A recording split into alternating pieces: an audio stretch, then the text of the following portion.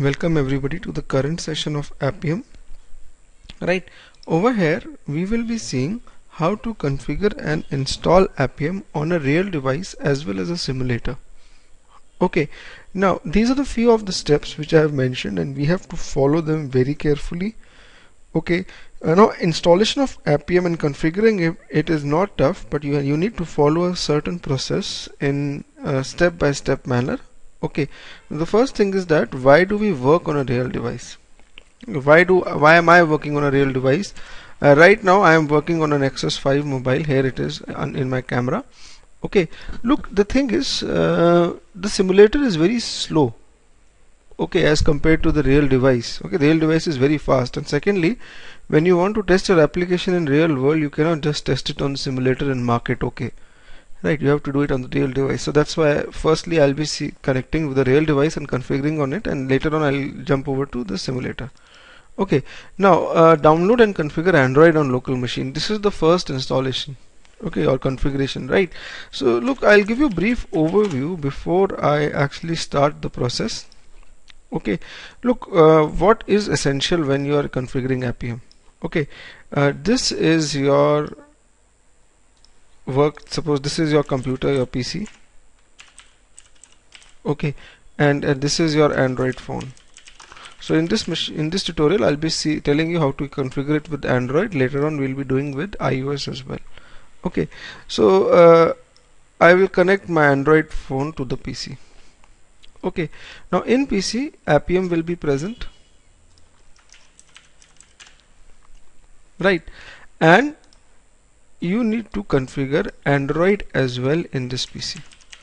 It is very essential that Android detects your phone.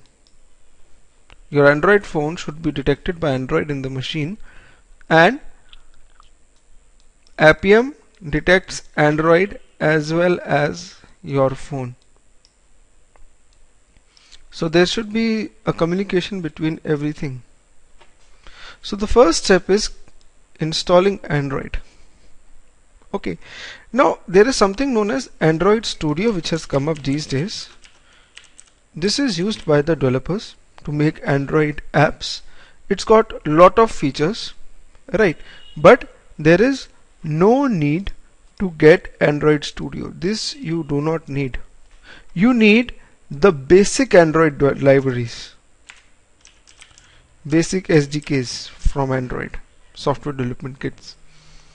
You are not a Android developer, okay, you are a tester. You just need to configure Android on the machine, not use it, and make sure that Appium detects it. Okay, so the first thing is downloading the basic SDKs and all, right. For that, just a minute, go to Google and type download Android, and you download the Android Studio. Hold on. So over here you will see Android Studio. You don't need to download Android Studio. So you click on installing the SDK link on the out here, and go to standalone SDK tools. Okay, you don't need Android Studio. Go to standalone SDK tools, and over here, hold on, I'll just tell you. Go and click here, directly click over here on this link, and you will see the binary libraries. Okay, download this zip file.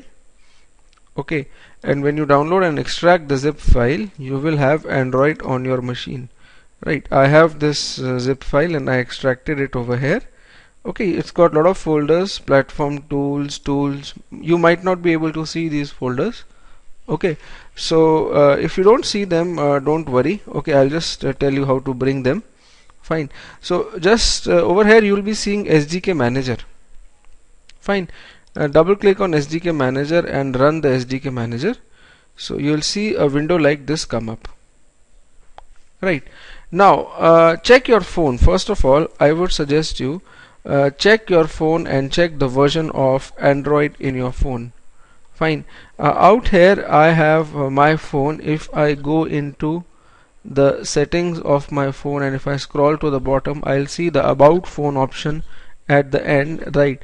You go over here and you will see that my Android version is 5.1.1. Okay, right. Now over here, the SDK manager, this shows you the various SDKs which you can install on your local machine to configure Android properly. Okay, so like I have the phone, I have the version Android version 5.1.1, so I need the libraries of this version. So I'll check on this checkbox, right, and also on the tools checkbox. Okay, if you have Android 6, click on Android 6, right. If you have Android lesser than 6, say anything like 4.4.2, then click on that. So I have checked 5.1.1 and I will check tools, right. I'll install the libraries under tools and 5.1.1 and click on install 15 packages, accept the license and install it. It's going to take time. It's going to take another hour or so. It's quite heavy, right. I have already installed them. You see the status is installed, so I don't need to install them again, right. Once you have installed these, you will be able to see tools and platform tools folder under SDK, right. Okay, now the process to build or the process to configure Android will start. Okay, now you need to be very careful with everything, right. The first thing is you have to make sure you have installed JDK, Java Development Kit, in your machine. Okay, so download JDK, just type download JDK over here, and if GRE is not sufficient, okay, you need to have JDK, right. Go to the first link and click on download and go to this one. Okay, for 32-bit, for 64-bit, sorry, for 64-bit Windows this one, and for 32-bit this one. Install it. Go to my computer, program files, right, and under that you will see a Java folder and then the JDK folder. Okay, you will see a bin folder inside JDK as well. Alright, copy the path of JDK. Right, I have copied the path, and now go to my computer properties, right, and go to advanced system settings and click on, you will have various tabs. Okay, click on advanced tab, click on environment variables, fine, and you will have a variable known as Java home. Okay, now this variable Java home points towards the path of JDK which is there in your machine, right. Okay, I already have it, that's why I'm telling you, you need to create it. You need to click on new and you need to create a variable Java home, right, and give the path of installation of Java. You will not have it over there. Okay, and then scroll down and go to a variable known as path. Path would be a pre-existing variable, it would already be there, fine. You click on edit and go to the end of this variable. Don't fiddle with the value of this variable. Okay, it is a very crucial one, fine. Put a semicolon, paste the path of JDK followed by the bin directory. Okay, and click on the OK button and Java would be configured successfully, fine. The next thing is configuring Android.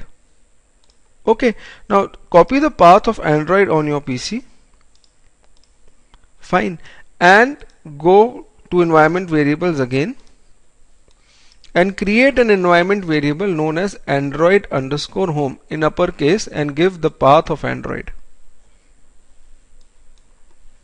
Okay, right. Now scroll down, go to the path variable, edit it, fine. Go to the end, put a semicolon, write over here percentile Android home percentile slash tools. So give the path of tools folder under Android. Okay, and put a semicolon again and write percentile Android home and then platform hyphen tools. You see there is a folder known as platform tools. You need to give the path of this folder after Android home and tools folder. Okay, both separated by a semicolon, right. Now once you have done it, Okay, open a fresh command prompt. Don't open a pre-existing one. If you have one, open a fresh one, because the libraries or the variables, they get loaded when you open command prompt, and type Android. If after typing Android you get the SDK manager open, if it opens up again, that means Android is successfully configured in your system. What Appium will do, Appium will find Android on your system through these environment variables only. Okay, so make sure you have configured them successfully, and the SDK manager is opening up when you type Android. Okay, now connect your phone to your PC. Okay, I have connected my phone to the PC and it's getting detected over here, Nexus 5. This is the detection level for an end user, for any user. Okay, you being an end user, you know that your phone is getting detected. It's being successfully detected over here. It's fine if it is getting detected. If it is not getting detected, then also it's fine. Okay, I'll tell you later on. You might need to do few installations, right? But what we need to do is that we need that Android should be able to detect this phone. Okay, that's the minimum requirement, right? I told you in the beginning when I had drawn this diagram that Android should be able to detect the phone which is connected to the PC. Though PC is detecting it, we are not sure whether Android is detecting it or not. Okay, right, fine. So how do you do that? For that you'll have to download Eclipse first. Okay, so go to Google and type download Eclipse Luna. Okay, I prefer working on Luna. I have a very good experience with it. Okay, few better experiences with some other versions, so prefer working with Luna. Okay, just download Eclipse. It comes as a bundle. I'm assuming you know what Eclipse is. Okay, it's an editor for Java language, right? I have Eclipse over here. Okay, and I have a small code to run WhatsApp as well, which I'll execute in some time. Just be with me, let me complete the installations.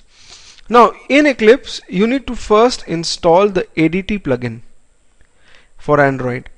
When you download Eclipse, Eclipse is not enabled to detect Android on your machine. Okay, so what you need to do is that you need to go to help. Hold on, you need this URL. Okay, and go to help, install new software.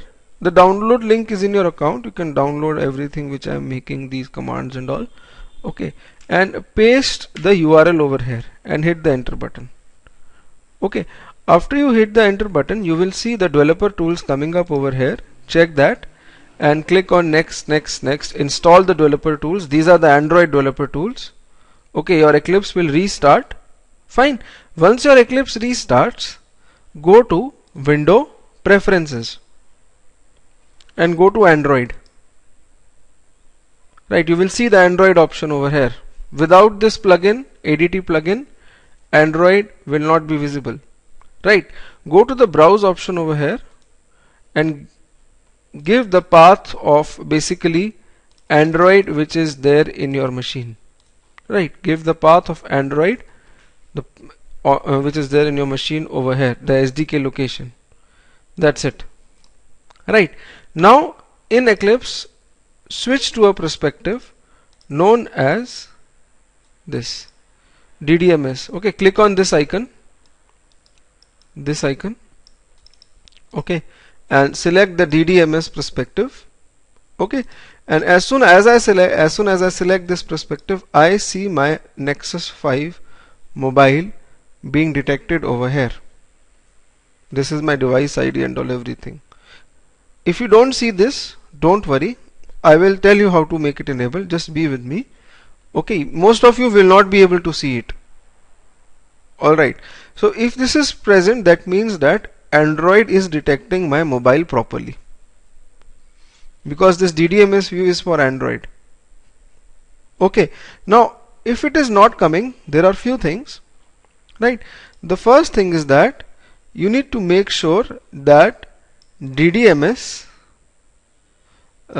you need to have the PDA net software and all.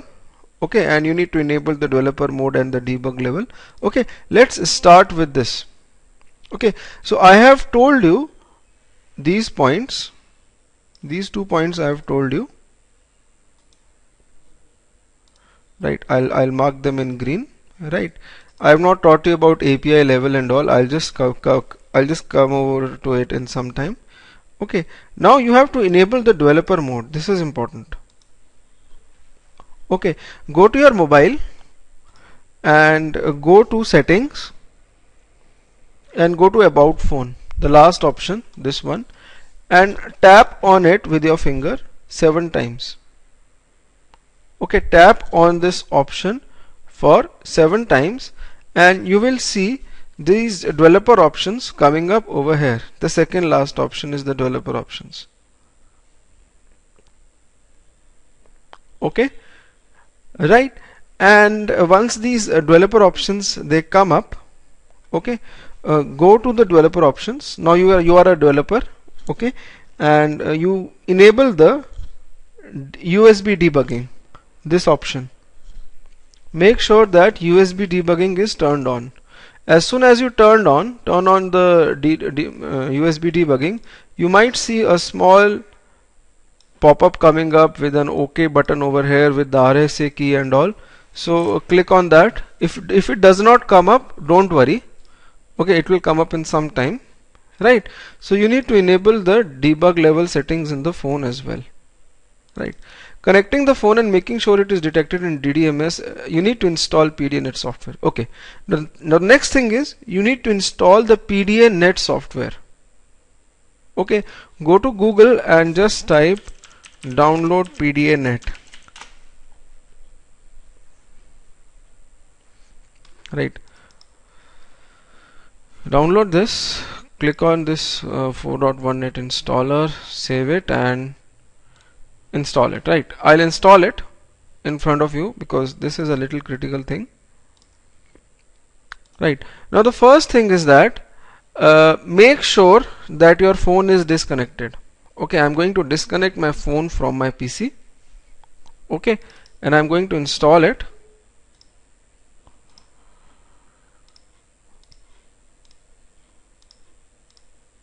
Just a minute. Click on OK if you get a message like this, not a problem.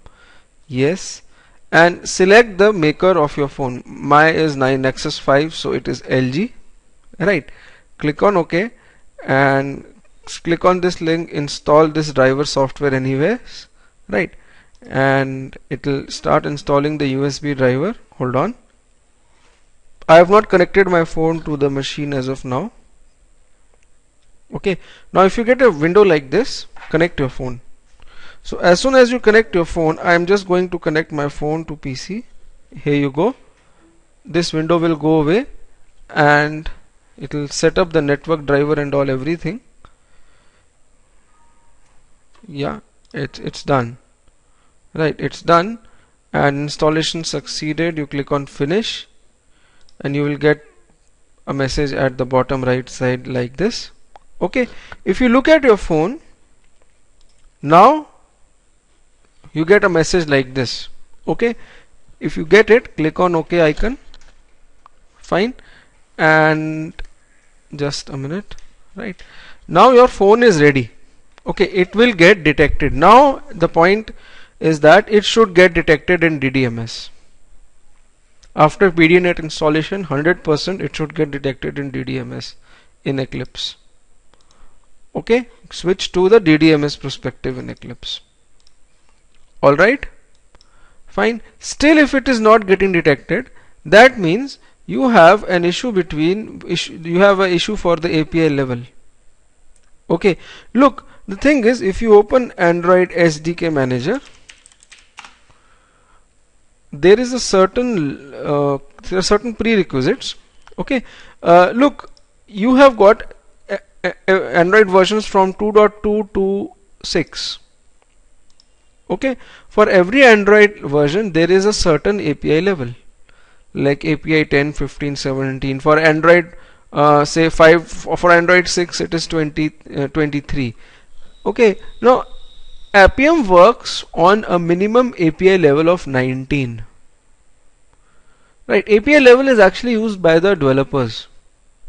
Alright, you don't need to go inside the depth of this. Okay, but understand Appium requires minimum API level 19. So if you have an older Android phone, okay, make sure that you update the Android version in it. Right, and you know, I have Nexus 5. Okay, I have Nexus 5. So Google provides me free updates. Probably you might have a phone from a different provider who might not let you upgrade the Android version. So you have to be careful about that. Right. In that case, you might have to do something known as rooting your mobile, which is equivalent to formatting the PC. The way you format your PC, okay, that is something similar to rooting the mobile, right? And you can then upgrade your Android version as well. Okay, you can find any YouTube tutorial to root your mobile. Okay, now the next thing. So I told you about the API level requirements and all. Okay, right, now your phone is getting detected in DDMS. Now you need to start installations for Appium. Okay, you need to first install Node.js. Alright, so just go to Google and type download Node.js. Fine, and this is the primary thing. You need to install this for Appium. Download the exe file or MSI file for your OS and install it. Okay, it's just like a regular installation. Fine. After that, install the Microsoft .NET framework. Okay, so just go to Google and type Microsoft .NET framework, and you can go to the link over here. Okay, click on this link and install the .NET framework from here. Click on download link, and the exe will get downloaded and you can install it. Okay, right, it's a simple installation, nothing tough. Right, now the next thing is configure Appium. Right, first of all you need to download the Appium and Selenium jars. Appium is built on top of Selenium. You need to know Selenium to know Appium. Okay, so first thing is that you need to go to the website seleniumhq.org. just go here, and from the Selenium website click on download link. Download the jar files for Selenium. This is the latest version. You can download it from here. Okay, I have it on my machine. Alright, this is the jar file for Selenium. Okay, and this is the jar file for Appium. Okay, you need to download the jar file for Appium as well.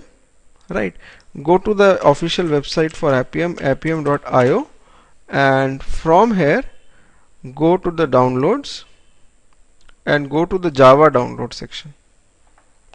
Alright, and over here under Java download, click on the jar, and the Java client jar for Appium will download. Alright, these are the Java docs and all everything. Right, so this is my Java client for Appium.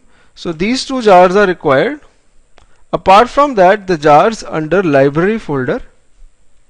Okay, these jars come along with the Selenium jar files. Okay, when you download Selenium, okay, the jars under library will also come up. These are also required.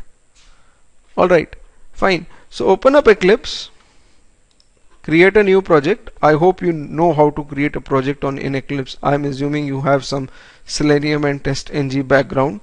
Right, if you don't have it, then just watch these tutorials on qtpselenium.com. some of the free videos which have been posted. Okay, you can watch them over here. Okay, and after that, in your project, just a minute, so now you need to include the jars in this project. Okay, create a project, include the jars, right click on the project and go to the properties and include the jar files under the library section. Okay, include all the jars, the client jar, these two jars, you don't need the sources jar file, and all the jars under the library section. Okay, don't forget the jars under library. Then you will see under reference libraries all the jars will be coming up. Make sure that you are working in Java Perspective in Eclipse. Okay, DDMS is just to detect your phone. Java Perspective is to make the coding and all. So you will see the reference libraries. Okay, now the next thing is from the Appium website.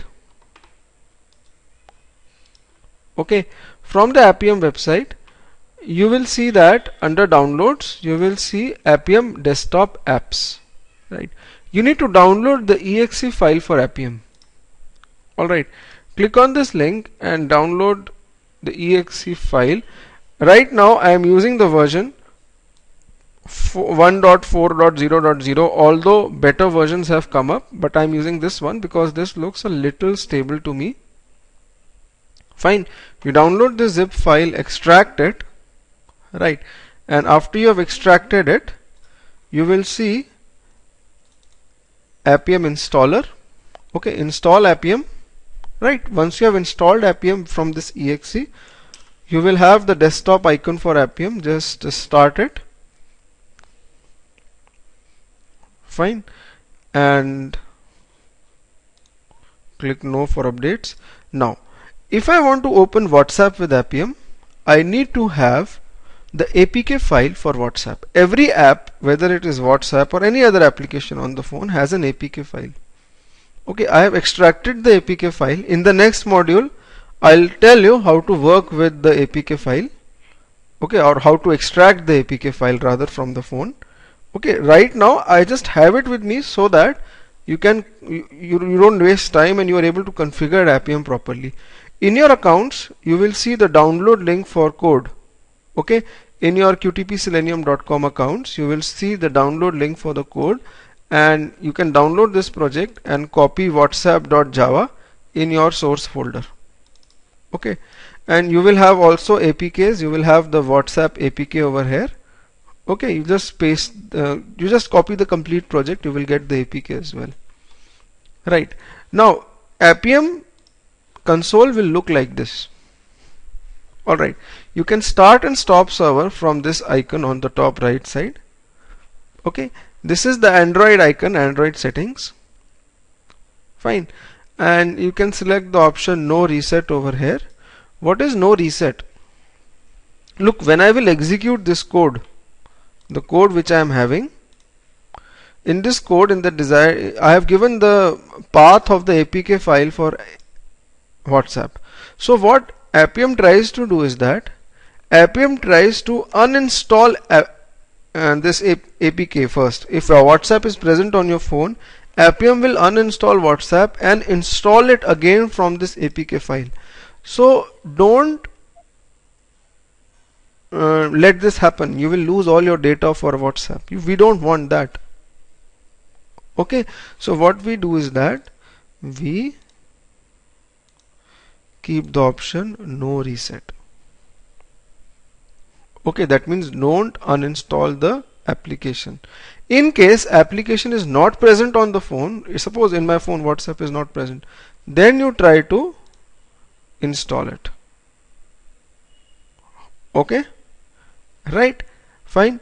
Now you start your Appium server in no reset mode and it will say starting node server.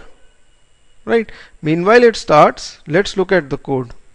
So I've given the path of APK, I've given in the desired capabilities object, okay, I've given Nexus 5, I've given the platform version, I've given the platform name and all, everything.